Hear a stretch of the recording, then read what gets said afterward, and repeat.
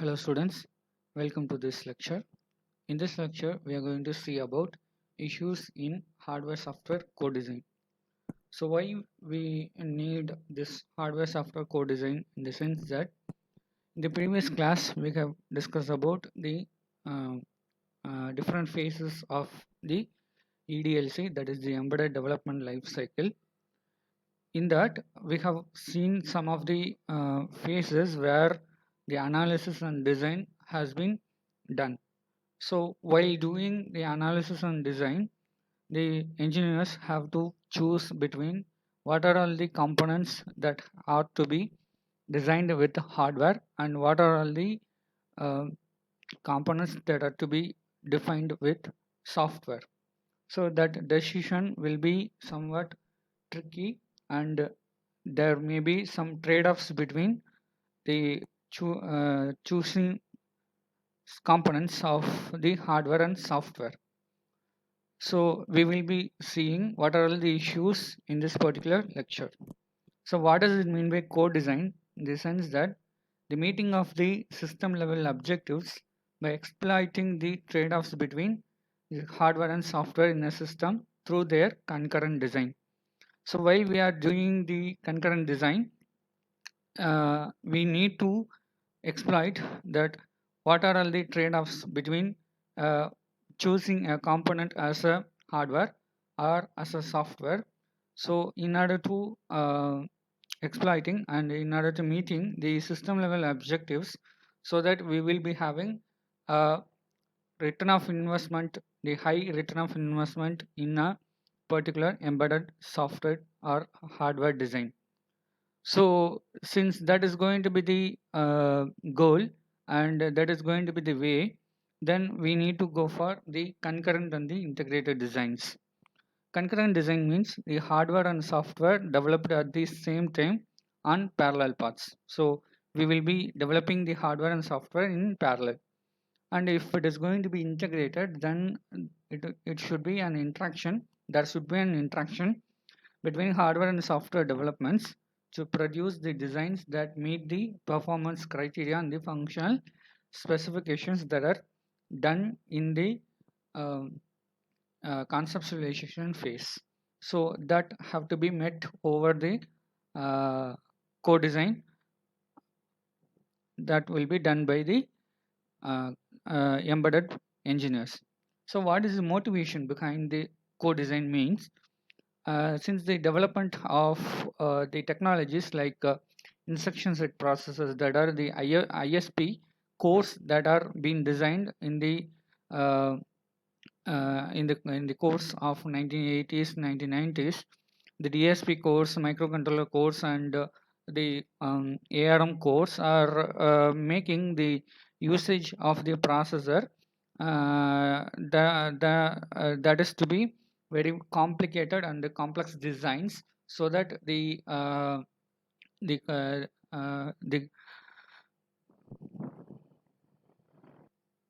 the problems of shared data problems that are met in a virtual memory, or uh, uh, the problem of using some of the operating system components that are being solved by the hardware processors itself. So also the systems on the silicon, that is the SOS systems and the SOC systems. So SOS means system on silicon and the SOC means system on chip. So the in those processors, the processors are being designed with many transistors that are greater than 10 million transistors available in ASIC processors. Those processors are making most of the very big circuits like DSP processor circuits, and many core circuits are being designed with the within a single chip, so that the requirement of the software has been very much reduced. So this particular development have increased the capacity of the field programmable devices like FPGAs, CPLDs, like what does the CPLD means? The complex programmable logic devices. So these devices can be reprogrammed whenever the hardware requirement has been changed in a particular system. So we can have a module of pre-programmed hardware units. So those pre-programmed hardware units can be put into the FPGA chips, and whatever the functionalities we require, that can be programmed. And also the efficient C compilers that are being developed for making the ASIC chips and the SoC chips and also the ISP chips have not been produced up to 1990s, but after 1990s the C compilers are become very efficient for the processes, for the compiling of the codes of ISPs, SoCs and the FPGAs. So these have given a motivation for the requirement of the co-design problems over the embedded design. Also, the importance of the co-design has been came as to improve the design quality and design cycle time and the cost. It reduces the integration and the testing time, because whenever the technology will be developing, development have to be taken into account when the embedded system is going to be designed, and that need to reduce the complexities over the deciding the quality and the cycle times and the cost, so that the inclusion of the high level technologies like ISPs, SoCs and the FPGAs in our systems, so that the complexity will be increased, but the design quality and the cycle time will be getting improved, and also cost will also be getting reduced, so that it leads to an very quick integration and the testing time reduction. And also the importance of the co-design comes to and support that growing the complexity of the embedded systems, and also it takes the advantage of advancements in tools and technologies like processor cores, high level hardware synthesis capabilities and the ASIC development, as we have said now. The conventional co-design methodology has been developed by the IEEE, like we have showing in this particular slide. The co-design problem will be analyzed and the constraints and the requirements of the system, and the co-design problem will be analyzed, and it will lead to an frame of the system specifications. So from the system specifications, we will be come to know that what should be the hardware and what should be the software. And the after partitioning, we need to have a description of both hardware and software. So while doing the hardware part, we need to go for the hardware synthesis and the configuration. So why we need this is going to be the configuration of and the synthesis of the high level chips like ASICs, FPGAs and CPLDs and ISP cores, that will be going for the configuration modules that are going to be derived, or it can be modified from the existing modules. So those configuration modules can be very quickly programmed, and they have to be integrated with the other hardware components that cannot be done in a single chip. So those hardware components and the configuration modules of the high level processors can be taken separately, and they can be integrated into the hardware. And also while doing the software, we will have to look ahead with the software generation and the parameterization. So by doing the software, and the software have to be parameterized, and they have to be tested, and they have to be developed from the specifications which have been given, and that need to give the descripted things from the pre-programmed modules also. So those modules have to be taken, and those modules will be taken from the software. Also, the other end is going to be the interface synthesis. What does it mean by the interface synthesis? Is that we need to develop some of the firmwares that have to be worked for the um, worked for the integration of the software and hardware using the OS systems. So while doing some of the developments with the ARM type of processors, we will be going for the uh, development of the libraries, and also the linker part, and the RAM and ROM pre-program, and the um, development of initialization programs will also be done by this particular interface synthesis, and these are going to be said as the firmware development. So this firmware development have to be done separately, and that have to be integrated with the hardware and software interfaces.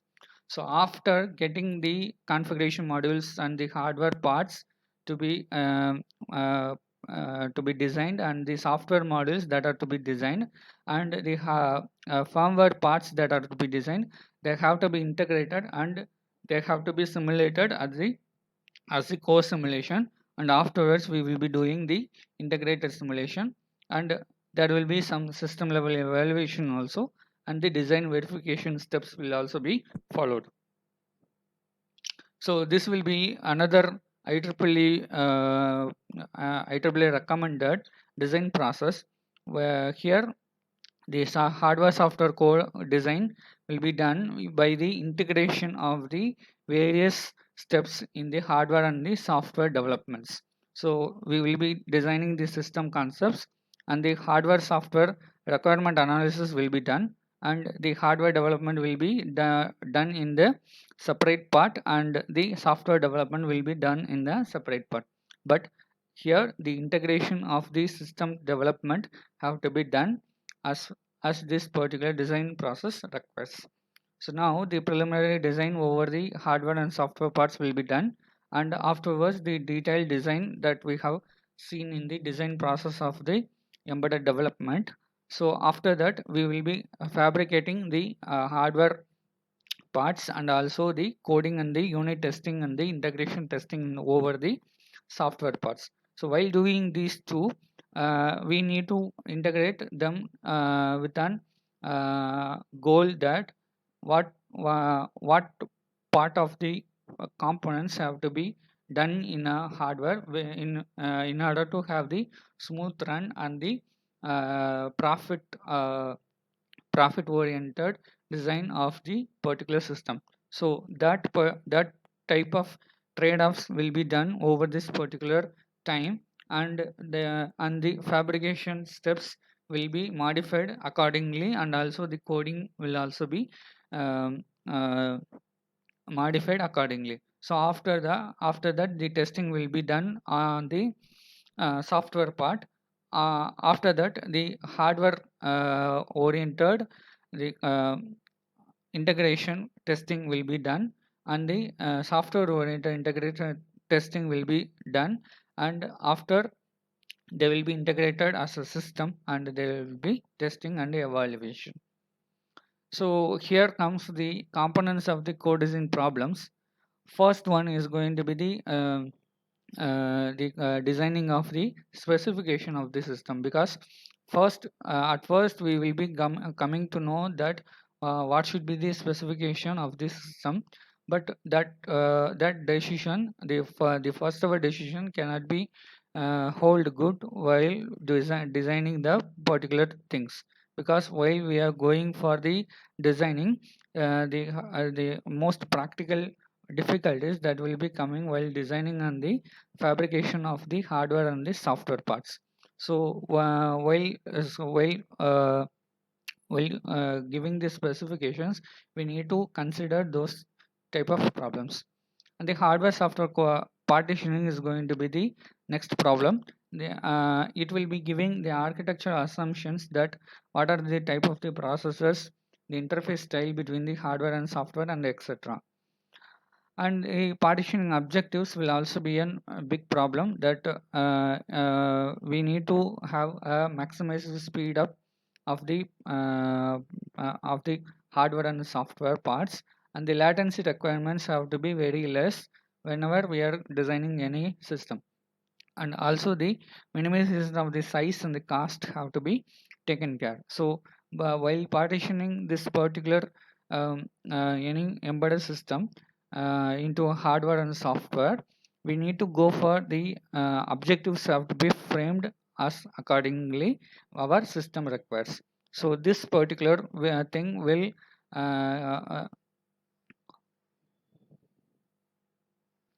influence the part of the hardware software co-design. Also, the partitioning strategies, the high level partitioning by hand or any of the automated partitioning by using various techniques will also uh, affect the performance of the system, and we need to go along the particular strategies whichever we are using, and those strategies should not violate any of the objectives and also the cost of the system. Also, the architectural assumptions whichever we are making over a particular design, that particular assumptions have to be carried out throughout the system. If uh, any